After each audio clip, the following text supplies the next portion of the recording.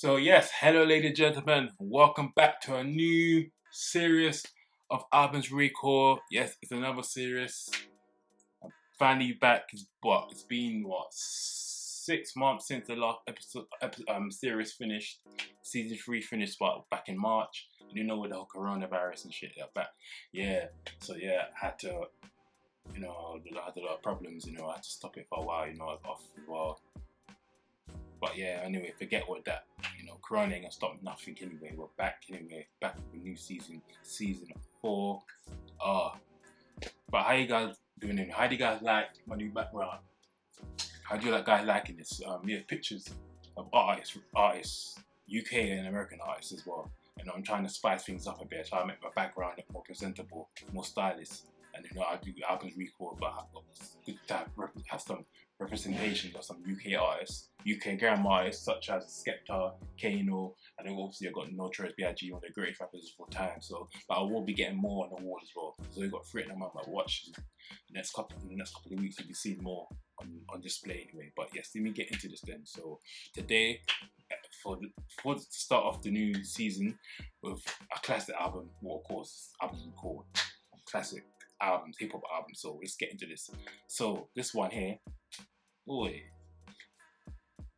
There Is a Darkside by rapper Redman. This is one of my favorite albums.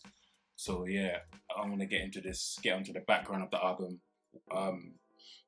get into the impact this album had at the time, and what it's still doing today, and why it's still many people's favorites album in hip hop. So I'm gonna get into it now then. So There Is a Darkside is the second studio album by American rapper Redman. It was released on November 22nd, 1994 by Def Jam Recordings. The album debuted at number 13 on the Billboard 200 chart. The album was certified gold by the Recording Industry of Association of America. The album cover features Redman buried in ground up to his neck. This album is a reference to the cover of Funkadelic's 1971 album, Maggot Brains. In addition, the song Cosmic Slop shares its name with a 1973 Funkadelic album.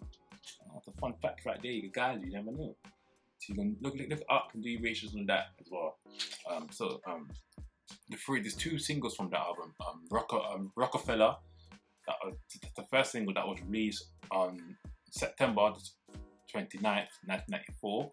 The second single released from the album, Can't Wait, released February the 7th, 1995. 1995.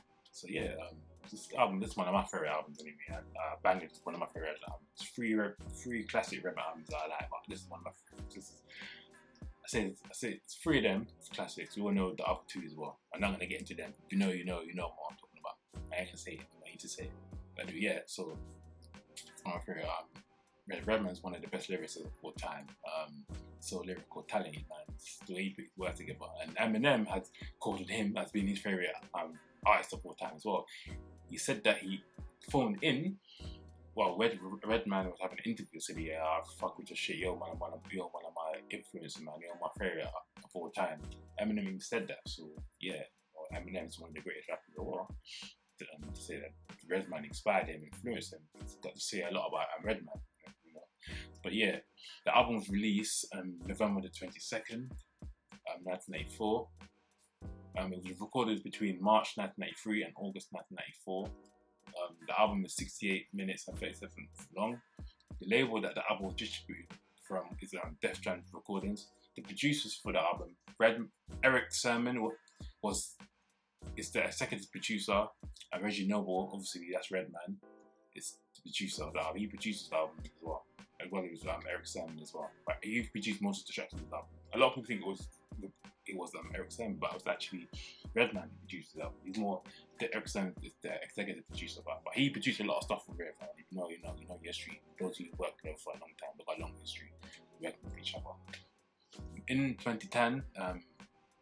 Redman told Vibe magazine that he never performed any songs from There Is a Darkside in recent years, primarily due to the album being made during one of the dark times in his life. there's positive reaction to the album. Stan Redman, who said, I was doing a lot of drugs at that time when I was recording Day of the Darkside. I have chicks that come up to me and say, oh, yo, Day of the Darkside is one of my favorite albums of all time, ever.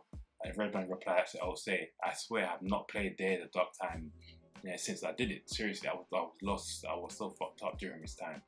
So what I'm gonna get into the critical receptions. Jason Pereira of All Music gave the album a mixed review. He said, remarking that producer Eric Sermon, who plays a large role in the production of the album, isn't up to his usual standards here. So Jason stated, also noted, Redman's eccentric personality on the dark side in particular, may have alienated fans of his earlier work, EP1, through when checking the production credits. Eric Sermon is only listed as an executive producer. There you go. He was executive producer for 5 of the albums, 16 actual tracks, not included in the skits. In reality, it was Reggie Noble, Redman himself, who handled the lead production of the album. The source gave it a 4 star. It is considered a cult classic by a section of Redman fans. That's me, I'm a Redman fan. Classic, no doubt about that. You believe the album showed Redman at his most cynical and hardcore. That's a good point, you know. Redman is a cynical and hardcore artist, man. The way he put his word, everything, the wordplay, style. I love his style, man. This album, yeah. Muddy Waters, this album, Muddy Waters, and the What album. But a lot of people always seem to say they're the dark side more. People will go with the What. But they're the dark side, man. That was a great follow-up. A lot of people, when they release a debut album, when that follow-up album doesn't have the same expectations, they don't have the same impact. The first album did so well, but me, I think he followed up from the What album. In my opinion, anyway. So I'm gonna go more for the more other ratings, professional ratings, actual ratings. All Music, they gave it a 3 out of 5. I think she gave it a high out, but Q gave it a 4 out of 5 as well. The Source Magazine gave it a 4 out of 5. So I'm gonna go through commercial performance of this album as well. The production album, Day of the Darkside debuted at number 13. I said it earlier, the Billboard 200 chart. And number 1 on the US top R&B and hip hop album chart, becoming the first number 1 on the chart on January 27th, 1995. The album was certified gold by the Recording Industry of America. The album has sold over 500,000 copies as of October 2009. As of October 2009, the album has sold 870,000 copies. But obviously that was in October 2009, so just over 11 years ago now. So this album obviously since then probably sold way more copies since then. So I want to run through the track listing for you now for the album.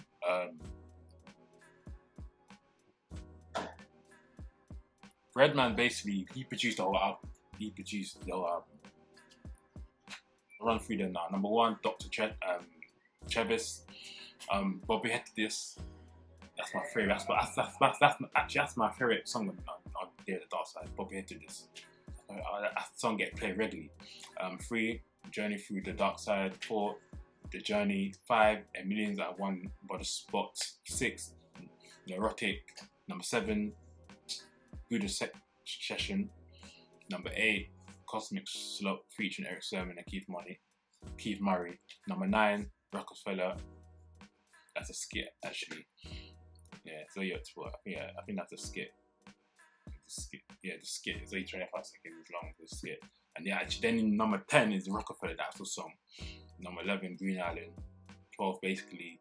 13, Can't Wait. 14, Would You Come Round Here. Number 15, What You Look Like. Number 16, Slide and Rock On. Number 17, Superman Lover 2. Number 18, We Run New York, featuring Hurricane G. Number 19, Dr. Travis Signs Off.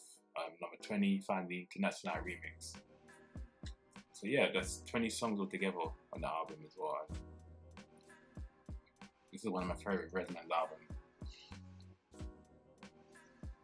One of the greatest albums, period, anyway, in my opinion. Hip hop albums, still classic to this day.